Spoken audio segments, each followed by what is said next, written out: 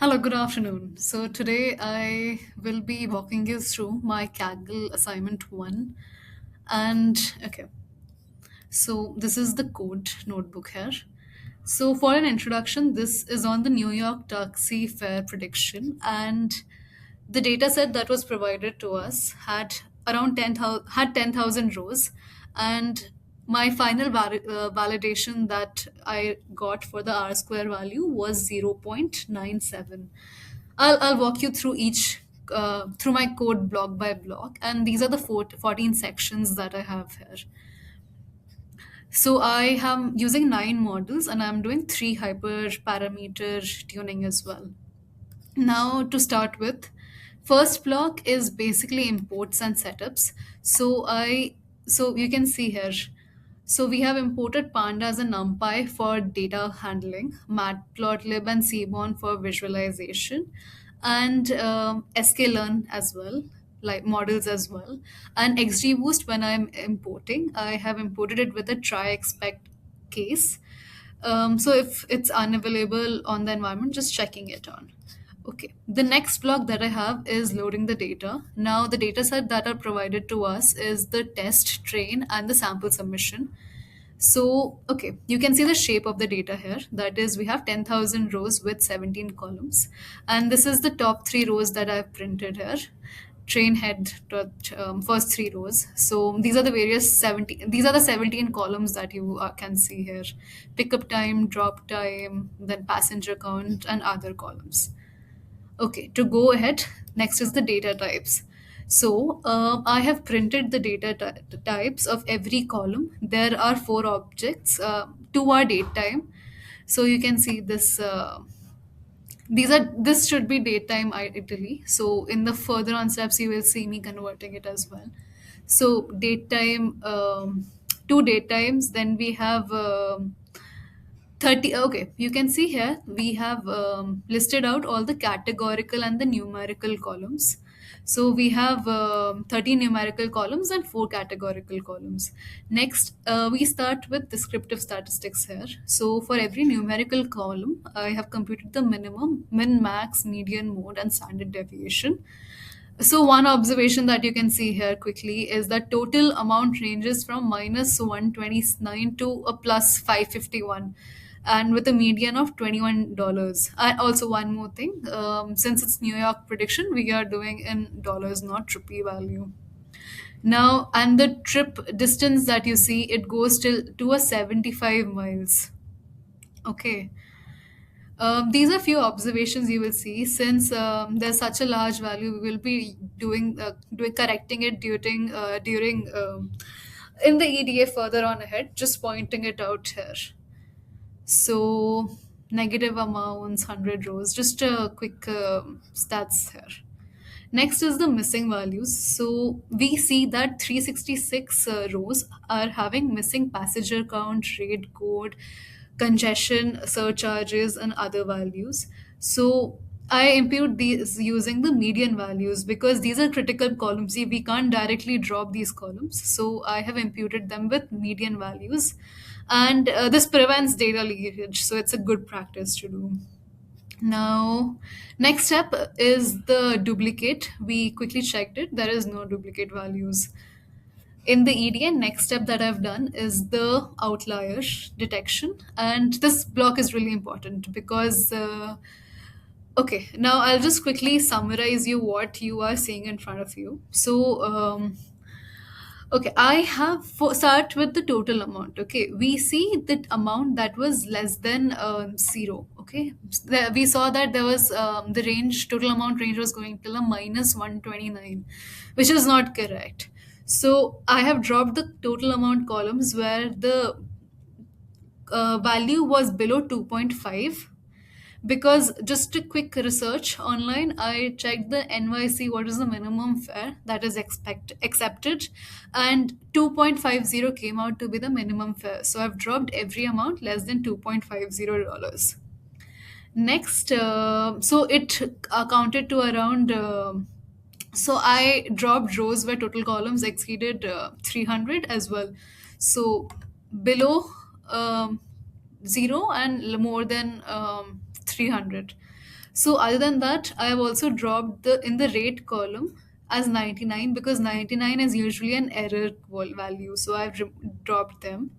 Then now the most important section is that 38% of rows have a timestamp, duration timestamp. Okay, we saw that. Okay, one more observation we saw was the timestamps were swapped. Okay, so this we have used absolute values there because it ended up to around 3,800, like 3,834 rows that had pick drop time less than the pickup time. So we have corrected it using the absolute value because this is a lot of rows to drop. Okay, next is the visualization. So I've plotted six plots here. Now, as you see, let's start with one. Plot one is the target distribution, total amount, and you can see that it's highly skewed. It's right skewed plot, right skewed graph, and the tail, because tail is extended towards the right. And you can see one more observation that most of the fares range between amount $10 to $40. Next, we have the second plot is a scatter plot. This is a trip distance versus a total amount plot, and you can see a positive correlation about 0.63. That is not really linear. So one more observation here. Next is the bar chart that we have plotted.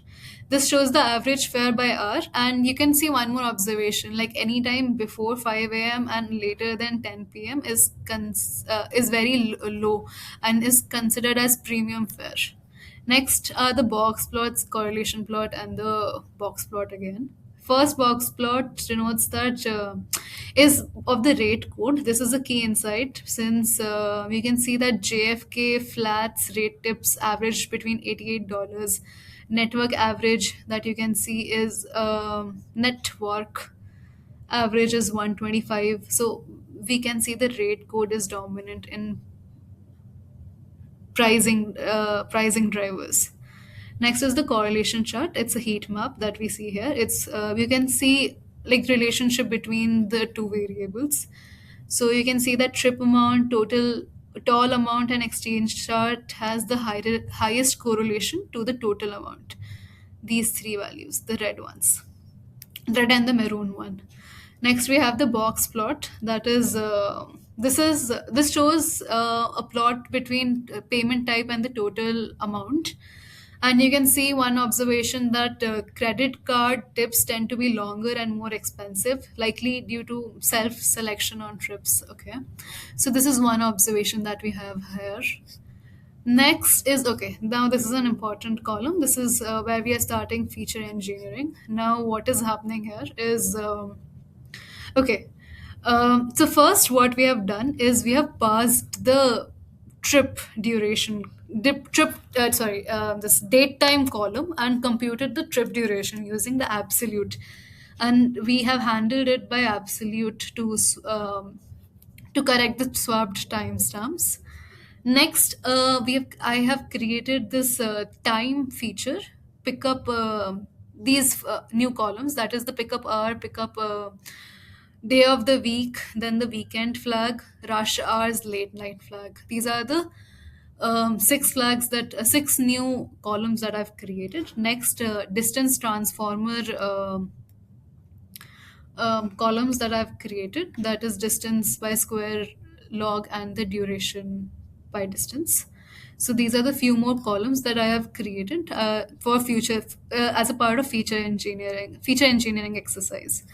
Next you see is the encoding and scaling block, which is for encoding I use an explicit dictionary map for the payment type. For example, you can see these columns here. Now, okay, and for scaling, I have used the standard scaler. Okay, the standard scaler, and standard scaler linear. Okay, I'll go ahead. Next is the model building. So we'll take it there. Model building. I have used 9 models. That is linear, ridge, lasso, k nearest neighbor, decision tree, random forest, gradient boost, and So these are the nine extra tree and ADA boost. So these are the nine models that I've used. Now each model I've evaluated the R square and the RMSE values. Gradient boosting. Okay, we'll go to the results. Okay, gradient boost, we saw the best results in it. That is 0.922 and 4 RMSE value of root mean square error, value of 4.1696. And then I've done hyperparameter tuning, three models. That is I'll go to the results directly. Decision tree, random forest, and gradient boosting. Firstly, in decision tree, I've used the grid search CV over the max depth, minimum sample split, and the minimum sample leave, these three values. Random forest, randomized search CV, and for gradient boost, I've used randomized search CV as well over various parameters that you can see below. So all the three improves the base configuration. The best one that I see is the gradient boost in the three. That is 0. Among the three, it's 0.9676. Next is the model comparison that we have conducted quickly, and the best model that you see is definitely the gradient boosting model. And okay, now, okay, so that is the model that I've used for training as well. You can see this in the chart as well. So, ADA boost, all the various models that we have, gradient boosting tops the chart every time for R square value and least RMSE value. Next is a quick column that is feature importance. I have just plotted it like what feature is the most important among the 17 plus the feature engineering columns that I have in total. Okay, so best is the fair estimation. It dominates and has the best impact on the results.